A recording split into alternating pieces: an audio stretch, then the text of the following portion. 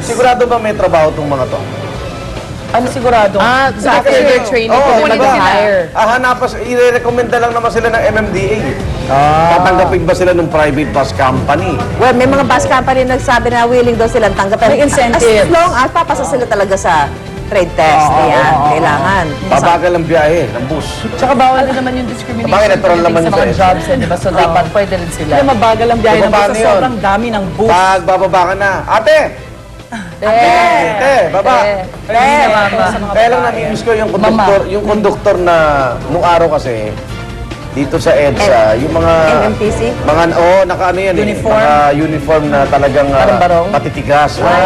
Why? Tas pag Naka-almirol. Almirol, pag bumaba ka, inihahatid ka. Inihahatid ka ng konduktor, sige po, ayan. Ngayon ano ba, ang bagal nyo? Talon! Sa gitna kasi tumitigil yung mga bus. Third lane. Dahil habang bumababa ka, nakatingin na doon sa susunod na sasakay na Yes. pasahero. Baka maunahan siya nung bus na nasa likod. Kailangan ng servisyon totoo, hindi lang galing sa atin. Kaya yung stretch ng EDSA, mahabang bus stop. Stop, doon. Lahat kahit pwede Parang kang hindi mag-drive. natatakot sila pag nagbababa sila sa gitna ng daan. Siyempre, pagbaba ng tao, maaaring, di ba, may biglang pumasok kasi Kasi may gano'n nangyari na talaga. nabangga dito sa may krame. Oo. At saka sobrang dami talaga ng bus kung iisipin mo, hindi lahat puno. Oo. At hindi lahat legal. Hindi lahat legal. Diba? Paano yun? Yung siya ng kolorom. Pag hinigid ka, tas lady bus driver, paano yun? Wow. Ay, nay. Respeto, respeto. Sa ibang balita naman, inilikas na ang 365 katao dahil sa muling pagbuga ng abo ng Bulkang Bulusan sa Irusin, Sorsogon. Ayon sa PBOX, umabot sa taas ng 2 kilometro ang pinakabagong ash explosion mula sa bulkan. Ang ash explosion ay sanhi ng mga nahulog na ulan sa loob ng crater. Nagtala rin ng 2 volcanic earthquake mula noong isang araw. Patuloy na inoobserba ng aktibidad ng Bulkang Bulusan pero wala naman daw nakikitang senyales ng posibleng pagbuga ng magma mula sa bulkan. Patuloy pa rin pinagbabawal ang pagpasok sa lugar. Ang sako, 4 km danger zone sa paligid po ng Bulusan. Parang ano yan sa sinaing, no? Lagyan mo ng tubig, uusok. Ganun lang yun. Dahil mainit na talaga ang Mainit yung bulkan. core, Mainit oo. siya. Samantala, ilang buwan na lang mga kapuso, summer na naman tayo, kaya ang Department of Tourism umaasang lalong lalago ang turismo sa ating bansa sa pagpasok ng tag-init. Ayon kay Tourism Secretary Alberto Lim, tataas ng mahigit 10% ang bilang ng mga turistang darating sa Pilipinas ngayong tag-init. Peak season daw talaga kasi ng tourism industry ang summer. Sa pagtaya ng DOT, 8 milyong domestic tourists at 1 milyong foreign tourists ang posibleng bumisita sa mga pinakakilalang tourist spots ng Pilipinas. Kaya ngayon palang pinaghahandaan na ng ahensya ang pagdating nila sa pamamagitan ng iba't ibang proyekto tulad ng pagsasaayos ng NAIA Terminal 3. Ay, ako ready na. Kayo ready na? Ready na! Nakatabi summer na. Yes, Uy. ready na. Ready na aking one piece. Wow! Yeah. One piece chicken. With rice Dala and ko. gravy. Dala ko. One piece Come chicken. over to the Philippines. Okay, Hanggang balita. Boracay. Andyan na kami. Yes. Salawin mo kami. Ang presyo ng mga resorts talaga bumubulusok. Minus, coliform. Minus coliform. Minus coliform na ba? Okay, dyan na lang ako sa Kamuning Resort. Okay, balitang sports naman tayo. Sumabak na sa high-altitude training ang Philippine football team na ASCAL sa Baguio City. Hindi ininda ng grupo ang malamig na temperatura sa Baguio na naglalaro sa pagitan ng 11 hanggang 13 degrees Celsius. Ayon sa ASCAL, ito naman talaga ang dinaya nila sa Baguio upang masanay na sila sa lamig lalo pat mas matindi ang lamig sa Mongolia kung saan gaganapin ang ikalawang laban nila para sa qualifying round ng AFC Challenge Cup. Bukod sa high-altitude training, sumabak din sa body contact exercises ang ASCALs para mas tumibay ang kanilang mga katawan. Tinasa naman ang kanilang pagiging alerto sa ilang drills. Dumating na rin kahapon sa Baguio City ang 2 star player ng ASCALs na sina Phil at James Pyong Hosband. Trying to get a kit which enables us to be ready for the match. We need long pants.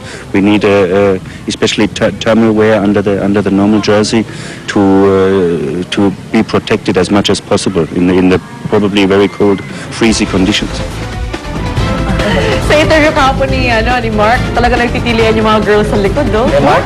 Second feel. Second feel pa rin. Kay Mark. Samantala, babala naman po, huwag gagayahin ang inyong susunod na mapapapanood kung walang sapat na gabay mula sa mga eksperto.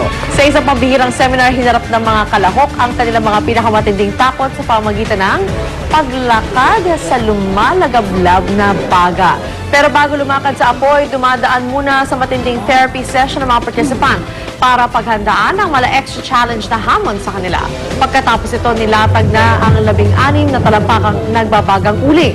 Ito raw ang sumisimbolo sa lahat ng takot, rejections at negative vibes sa buhay. At sa bawat hakbang, dapat buo at matibay ang loob. Dapat daw kasi nagdalawang isip, mararamdaman ang nagbabagang init sa mga paa. At matapos takaran ang nagbabagang uling, ibang fulfillment daw ang kanilang mararamdaman. Mahaba yan, ha? Kala ko isang step lang. Ayan, natakot siya. Nagka-down. Ready na kayo, girls, bago sumabak sa baga? Yan natin, di ko kaya. Nakita ko sa yung exercise nila, no? Bago sumabak. Okay, ready na tayo? Okay, 1, 2, 3. Ilong. Tenga! Ilong. Bibig! Mali!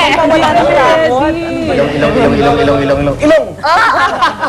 Galing! Ano ito, balita abroad naman tayo sa pambata na may kapansanan ang nasawi. Naku, malungkot naman to sa bansang Estonia sa Eastern Europe matapos masunog ang kanilang bahay ampunan. May 37 bata ang nanunuluyan sa isang wing ng isang orphanage sa bayan ng Haapsalu bago nangyari ang sunog.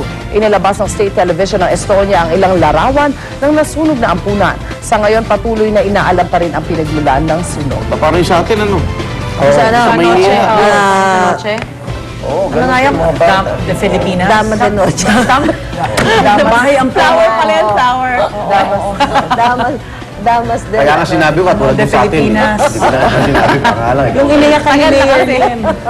Yung sa Maynila. Yung kalapit lang ng bombero yun.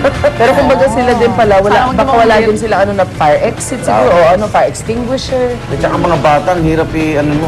Oo. Nakakargahin mo talaga Isa-isahin mo sila yan. eh. Kasi hindi sila makakalikas on their own. Samantala sa Taiwan naman, nasirang isang furniture warehouse matapos itong tamaan ng landslide dahil sa walang humpay na pag-ulan doon. Kitang-kita po sa isang CCTV camera ang unti-unting pagkasira ng warehouse dahil sa landslide. Bukod pa rito, nasugatan din ang 2 tao. Maging ang kalsada at ilang sasakyan natabunan din po ng lupa. 6 katao naman ang napaulat na na-trap sa pagragasa ng lupa pero agad din naman silang nailigtas. Okay ba, Senator Mar? Okay? Oy, okay. Ligtas siya. Wala siya. Wala siya. Oh, totoo na siya, di ba? Senator Mar, pa-text naman, nandiyan ka sa Taiwan. Samantala, mahigit 100 pilot whales o balyena ang na-stranded sa dalampasigan sa New Zealand. Karamihan po sa kanila, hindi na inabot ng mga rescuer at patay na sila. Ang iba naman, hinang-hina at naghihingalo na. Kaya naman gumawa na ng aksyon ng mga otoridad doon at nagsagawa na sila ng euthanasia o mercy killing para sa mga kawawang balyena. Paliwanag ng isang conservationist, isinagawa nila ito upang mapigilan na rin ang mga, mas lalo pang paghihirap ng mga napadpad na balyena. Kinonsidera din nila ang kakulangan sa tao upang maisalba ang mga naghihingalong balyena. Hindi naman may paliwanag ng mga marine scientist ang pagkapadpad doon ng mga balyena. Hindi kaya sa global warming, bumababaw na yung dagat. Yung dating akala ng mga balyena ay malalim. O yan, Mababaw na pala. bigla pang-pang na agad. Baka Hindi yun pwede ang isa-isa global sila. Hindi rin warming. pwede. Ang hirap din Ang bigat din. Pero pad talaga sila eh. One cannot go without the rest. Pero di ba may mensahe daw yan dahil pag ganyan nagpupunta ng pampak? Kasi meron lang sila isang sinusundan na leader. Pag naligaw yun, Ligaw Ligaw sila lahat. patay kang balyena ka. Dahil, Pero paano yung mercy killing niyan? They shoot them? Ganun. hindi, mga veterinaryo. Kaysa nang maghirap nga naman. Injection. At hindi nila mamuhi. Oo. Huwag lang Ay, kainin. kawawa naman, ano, dami. 107. Problema na ngayon para pag palibingayin yan. Oo, makangangamoy din yan. Kasi mga ano. Kinakain ba? I'm sorry, pero kinakain ba yan? Yung mga Sa yan? isang Hindi, bansa, di ba? Kaya ka nire-reklamo. In other countries. Oo, dahil yung meat. Tsaka mainit daw. Baka kasi yan na sa ito, katawan double yan dead eh. meat sa kanila. Ipapadala doon. Pero hindi, parang balyena, parang aso yan, ang bite-bite din. Hindi mo pwedeng makain. At kung masaklap ang kinahantungan ng mga balena na yan sa New Zealand, ginamot naman ang tatlong may sakit at nangihinang dolphin sa isang park sa Shandong Province sa China. Agad isinagawa ng mga otoridad at trainer ang kanilang plano para gamutin ng mga dolphin. Maingat nilang pinainom ang mga ito ng gamot. Inaasahan naman nilang gaganda ang lagay ng tatlong dolphin sa loob ng 3 araw. At dadagsa din ang protesta kaunay ng mga ganyan dolphin show. O, ayan, sabi ko na nga ba sa inyo eh. Kaya, ayan. Sakit. Sakit. Kasi kung nahayaan lang natin sa natural na habitat nila, eh, may healing process din ng mga diwa. Parang tayo rin yan eh. Pero di silang butika eh. May natural healing. Unless abutan sila Sa ilalim ng dagat. Okay, saan ka? Punta ka. Sa May loyalty card. Meron sila omega-3. Asan na yun? Pero unless Natural natural na omega. Unless umabot yung mga yan sa Japan. Pag napunta sa Japan yan, good luck. Patay sila. Sashimi bagsak niya. At narito na po, hirit pa noon ang ating birthday girl at 1 month to go. Yeah. Iatid ni Love and you wear love. Musta, Chan?